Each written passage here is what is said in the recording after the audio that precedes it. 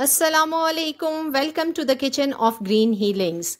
मेरे प्यारे प्यारे व्यूवर्स को ईद उल अजहा मुबारक। इस दफ़ा ईद आई है खूब गर्मी में, ना कुछ पहना, ना खाया, ना पकाया, लेकिन अल्लाह ताला ने रहमत बरसाकर मौसम को खुशगवार कर दिया। तो हमें भी हर तरफ से खुशबुएं आने लगी। किसी ने बारबेक्यू बनाया, किसी ने बनाया पुलाव और किसी ने बनाया गोश्त को अपनी मर्जी की रेसिपी से।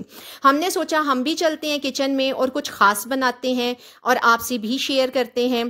तो मुख्तलिफ तरह की रेसिपीज़ माइंड में आ रही थी, लेकिन मैंने सोचा कि आपसे शेयर करते हैं कुछ सिंपल बनाने का, ताकि आप इतनी शदीद गर्मी में उसे बना सकें और अच्छे से खा भी सकें, ताकि वो टेस्टी भी हो, सर्व करने में भी आपको मज़ा आए और इतना टाइम कंज्यूमिंग भी ना हो। हर दफ़ा मैं आपसे कहती हूँ आपको बहुत जल्दी बन जाने वाली रेसिपी बताऊंगी, लेकिन इस दफ़ा थोड़ा सा टाइम लगेगा आपको। बिस्मिल्लाहिर्रहमानिर्रहीम, चलते हैं किचन की तरफ। तो सबसे पहले आपने ले लेनी है कुछ खड़े मसाले, जिसमें हम लेंगे 2 दालचीनी के टुकड़े, 2 बड़ी इलायची, 4 लौंग। और प्रेशर कुकर में टोटली हम बनाने जा रहे हैं इसको, तो प्रेशर कुकर में ही अपने प्रोसेस को स्टार्ट करेंगे। 1 कप ऑयल लिया है यहाँ पर मैंने, और जब वो गर्म हो गया है तो उसमें हम डाल देंगे तमाम ये खड़े मसाले। हल्का सा कड़कड़ाने के बाद यहाँ पर प्याज शामिल करूंगी। पतले स्लाइसेस कटे हुए हैं प्याज के, 3 मीडियम साइज के प्याज मैंने लिए हैं। 1 पोती लहसुन की लेकर मैंने उसको पील कर लिया है और ये हम साबुत ही ऐड कर देंगे प्याज के साथ ही। अब शुरू होता है जी फ्राई करने का अमल, और आपने मुसलसल चमचा हिलाते हुए इसको फ्राई करना है। यहाँ एक खास टिप आपको दूं कि प्याज जब भी आपको ब्राउन करना है या गोल्डन करना है और आप चाहते हैं कि एक जैसा कलर आए, तो आपने चम्मच को मुसलसल हिलाते हुए इसमें इसको गोल्डन करना है या ब्राउन करना है। उस तरह एक जैसा कलर आएगा, वरना सिर्फ टिप्स आपकी ब्राउन हो जाएंगी और प्याज आपका अंदर से बीच में से कच्चा सा वाइट सा रह जाएगा।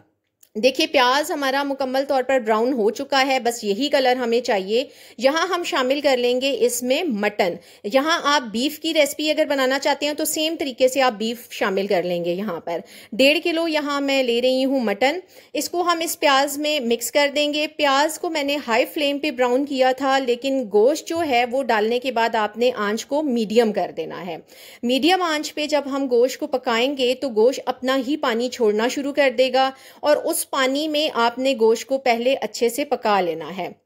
मीडियम आंच आपने ध्यान रखना है कि आंच मीडियम हो, क्योंकि बहुत तेज फ्लेम पे जब आप इसको बनाएंगे ना तो पानी में वो अच्छे से पकेगा नहीं, उसका एक अच्छा टेस्ट यहाँ डेवलप नहीं हो पाएगा। आप देखें कि थोड़ी ही देर के बाद गोश्त ने अपना पानी छोड़ना शुरू कर दिया है।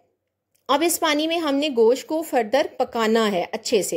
एक और टिप यहाँ पे आपको दूं कि अक्सर आप देखते हैं आपका गोश्त हार्ड हो जाता है। उसकी रीज़न ये होती है कि पानी खुश्क होने के बाद आप उसको ऑयल में भुनाई करना शुरू कर देते हैं, तो आपने ये नहीं करना। खास ध्यान रखना है, जैसे ही पानी खुश्क होगा हम चलेंगे अगले प्रोसीजर की तरफ।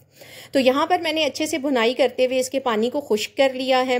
अब हम इसमें शामिल करेंगे कुछ मसाला जात, जिसमें 1/2 चम्मच हल्दी की है, 1.5 टीस्पून नमक की है, 1 टीस्पून लाल मिर्च का पाउडर है। कुटी हुई लाल मिर्च भी आप यहाँ ऐड कर सकते हैं अगर आप तेज़ मिर्च पसंद करते हैं। 1 टीस्पून सफ़ेद ज़ीरा मैंने लिया है। इन सारी चीज़ों को हमने यहाँ पर डालना है इसके अंदर, और इन मसालों को हमने फर्दर गोश्त में अच्छे से मिक्स कर लेना है। मुकम्मल तौर पर तमाम मसाले गोश्त के ऊपर लग जाएं, इस तरीके से आपने इसकी करनी है अच्छे से मिक्सिंग। मुकम्मल तौर पर मिक्सिंग करने के बाद हम इसमें शामिल करेंगे पानी, और पानी मैं यहाँ शामिल करूँगी 1 गिलास स्टील का बड़ा वाला। हमेशा आपको बताती हूँ, क्योंकि मैंने मेजरमेंट के लिए 1 गिलास रखा हुआ है। आपको हमेशा मैं बताती हूँ कि अगर कांच का गिलास है तो आप फिर 2 डालेंगे, क्योंकि वो ज़रा छोटा होता है और ये बड़ा गिलास है। पानी की मिकदार इतनी रखनी है कि गोश्त आपका उसमें डूब जाए। अच्छा, अब मैं यहाँ लगाऊंगी 10 मिनट का कुकर, ढक्कन लगाऊंगी, सीटी चलेगी। टाइम नोट कर लेना है, 10 मिनट तक आपके कुकर की सीटी चलनी चाहिए। अगर गोश्त फ्रेश है 10 मिनट में गल जाएगा। अगर गोश्त फ्रेश नहीं है और आप समझते हैं नहीं गलता, तो आपने 15 मिनट का कुकर लगाना है, लेकिन फिर पानी की क्वांटिटी भी आपने थोड़ी सी इंक्रीज करनी है। कुकर का ढक्कन जब मैंने उतारा तो आप देखिए कि गोश्त की ये शक्ल सामने आई है। अगर इसमें पानी ज्यादा बच जाता है या कुछ, तो आपने तेज आंच पर पानी को खुश्क कर लेना है। मसाले को मैंने अच्छे से गोश्त में फर्दर मिक्स किया है। मिक्स करने के बाद यहाँ मैं इसमें ऐड करने जा रही हूँ 1 टेबलस्पून भर के अदरक का पेस्ट, 1 टीस्पून सूखा धनिया पाउडर। अब हमने अदरक में और इस पाउडर में इसकी मिक्सिंग करनी है अच्छे से, और 5 से 6 मिनट तक अदरक के इस पेस्ट में गोश्त की आपने भुनाई करनी है। 2 फायदे होंगे इससे। एक तो अदरक जो है वो अच्छे तरीके से भुन जाएगा, उसका कच्चा टेस्ट नहीं आएगा, और दूसरा गोश्त के अंदर अदरक का बहुत ही ज़बरदस्त अरोमा आएगा। जितनी देर में भुनाई होगी उतनी देर में यहाँ मैंने टमाटर काट के 4 बड़े साइज़ के टमाटर काट के मैं ब्लेंडर में डालूंगी, क्योंकि मुझे पेस्ट डालना है। अगर आपको पेस्ट बनाना मुश्किल लग रहा हो तो फिर आपने टमाटर के छिलके लाजमी उतार लेने हैं, चाहे उबले हुए पानी में 30 सेकेंड डालें या आप चूल्हे के ऊपर सेक कर टमाटर उसका छिलका उतार लें, लेकिन छिलका मस्ट उतारना है आपने। यहाँ मैंने ब्लेंड करके टमाटर का पेस्ट बना लिया है। गोश्त को अदरक में और धनिया पाउडर में भूनते हुए 5 से 6 मिनट हो चुके हैं। सॉरी कि यहाँ पर स्टीम कैमरा के आगे आ जाता है बार बार। अच्छा, अब इसमें मैं शामिल करने जा रही हूँ टमाटर का पेस्ट। टमाटर का पेस्ट डालकर आपने गोश्त में इसकी अच्छे से मिक्सिंग करनी है।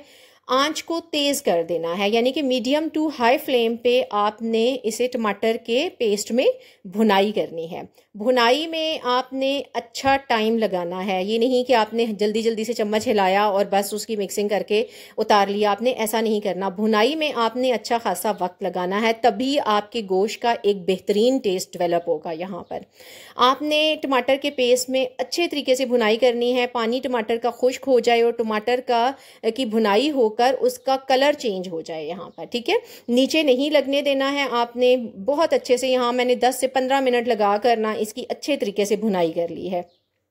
जब आप देखें कि टमाटर में गोश्त भुनकर मुकम्मल तौर पर उसकी एक अच्छी शक्ल सामने आ गई है, तो फिर हमने 1 कप दही को अच्छे से बीट कर लेना है और उसको यहाँ ऐड करेंगे। यहाँ मैं आपको एक ख़ास टिप दूँ कि कुछ लोगों से दही फट जाता है सालन में डालते ही, तो आपने यहाँ चूल्हा बंद कर देना है। चूल्हा बंद करने के बाद आपने दही डालना है, अच्छे से मिक्सिंग करनी है, यकजान कर लेना है सारी चीज़ों को।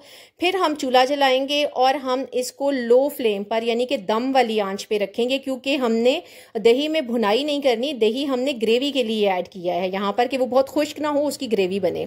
ढककर मैंने 15 मिनट इसको दम दिया है। आप दम के बाद देखें कि इसकी ये शक्ल सामने आई है। अभी आपने वेट करना है। 2 और ज़बरदस्त चीज़ें बता रही हूँ जो इसको एक खुशबू भी देंगी और जायका भी देंगी। यहाँ मैंने ग्रेवी को अच्छे से इसमें मिक्सिंग की है। हल्का हल्का ऑयल अभी ऊपर आ रहा है। चूल्हा जब आप बंद करेंगे थोड़ा सा सालन ठंडा होगा तो मज़ीद ऑयल ऊपर आ जाएगा।